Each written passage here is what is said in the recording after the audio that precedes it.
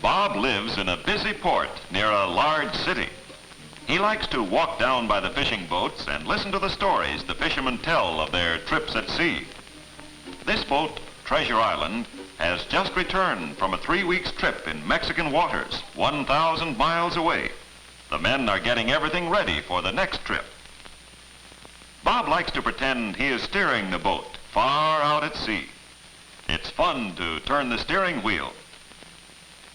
He plays that he sees whales and sea lions and steers around strange islands.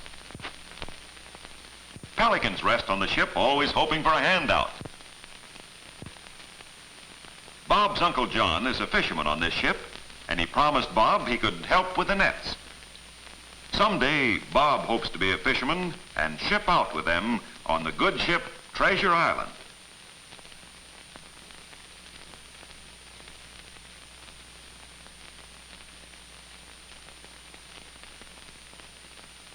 Uncle John gives him a hand. Sometimes the big nets must be dried and mended. This net is over 2,000 feet long and 200 feet deep and cost $25,000. At sea, when the fishermen find a school of fish, they let out their long net in a circle around the school. These cork floats hold one side up, and the weights hold the other side down so that the net stays firm like a net wall around the fish.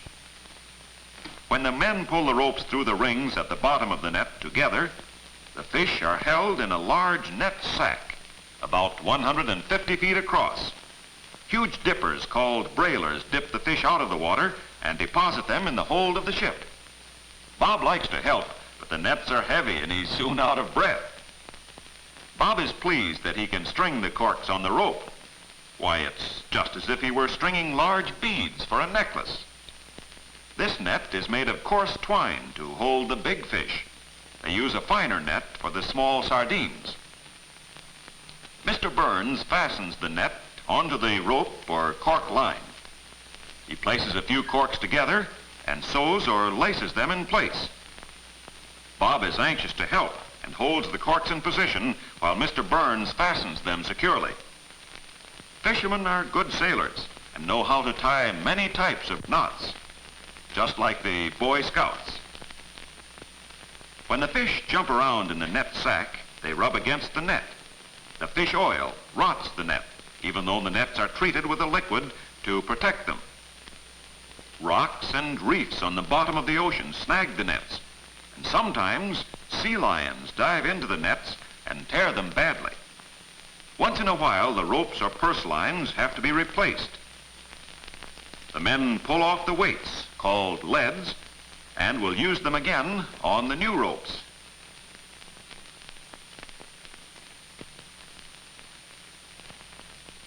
Bob soon learns to pull the leads off the ropes. Uncle John likes the way Bob enters into their work. A great boy, Bob, full of the old Nick, but serious too when he tries to work. Alec sews 2 strips of the net together. He ties knots every few stitches so that a small tear will not rip into a big hole. It is an art to sew evenly through each mesh of the net. And now Bob tries to handle the big needle.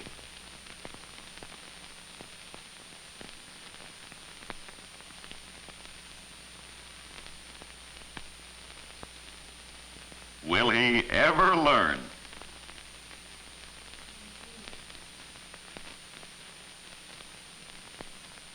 That's the way to do it, Bob.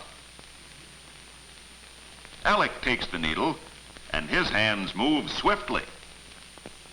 Like this, Bob. Bob is trying hard to learn.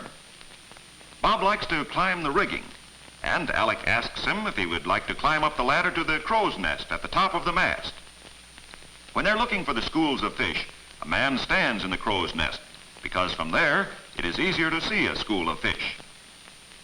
These men fish for tuna fish in the spring and summer, and often go on trips to Mexico that last 2 weeks. Uncle John thinks Bob has gone far enough and motions for him to come down. Careful there, young man. Time enough for that when you're part of the crew.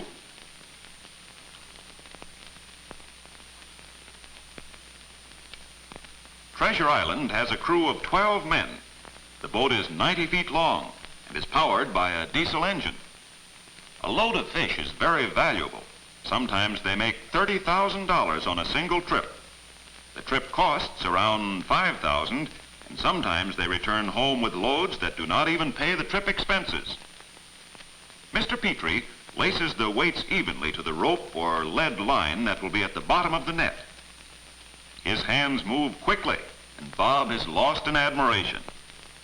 Will he ever learn to do all the things that are part of a fisherman's job? Each fishing season is limited by the government in order to conserve the supply of fish, and also in order that the canneries will receive the fish when they are at their best. Uncle Simon is kept busy just threading the wooden needles for the rest of the crew. Bob adores Uncle Simon, who has spent 40 years sailing the seas. He knows the best sea stories of any of the men.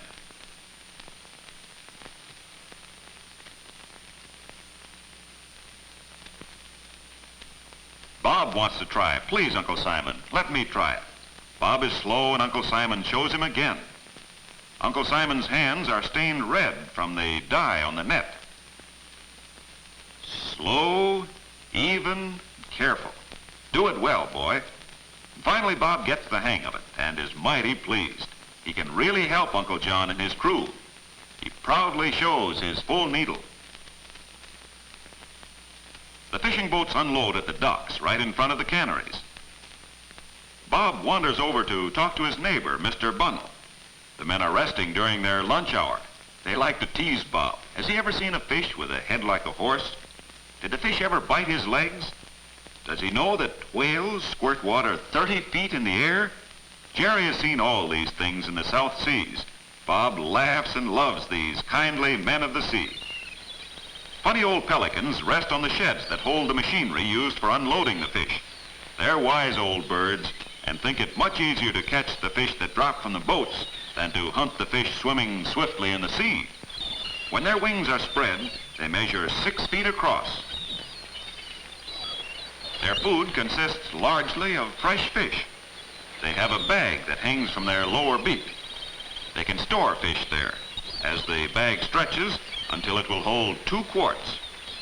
The baby pelicans stick their heads and necks clear down in the pouch and help themselves to their family dinner. Bob would like to see a pelican feed her young. This small boat unloads a fine catch of halibut. The fish are packed with ice in the hold of the boat so that they will be fresh when they arrive back in port.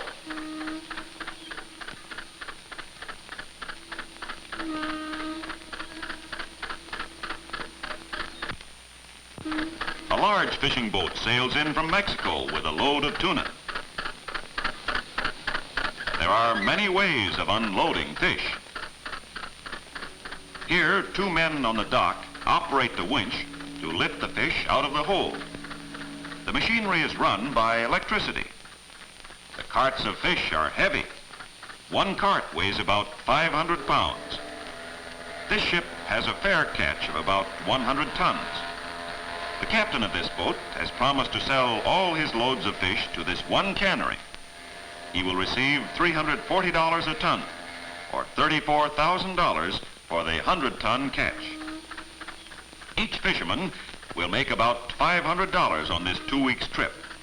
On some trips, they catch few fish. The average pay for all the fishermen is about $3,100 a year. But the men on this boat will make more. They fish for tuna in the daytime and for sardines at night. The fish are packed in bins or tanks in the hold. Some bins hold 8 tons of fish. Each boat has a cooling system to keep the fish fresh. Some are packed in ice or salty water.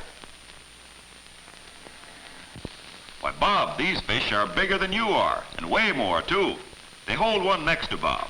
It's 5 feet long and weighs 150 pounds. Bigger than Bob. Bob thinks this is a real fish story to tell his friends. Someday he'll be a member of the crew and see those schools of fish flapping in the net, and the sea lions diving and plunging and breaking the net. It will be fun to be a fisherman.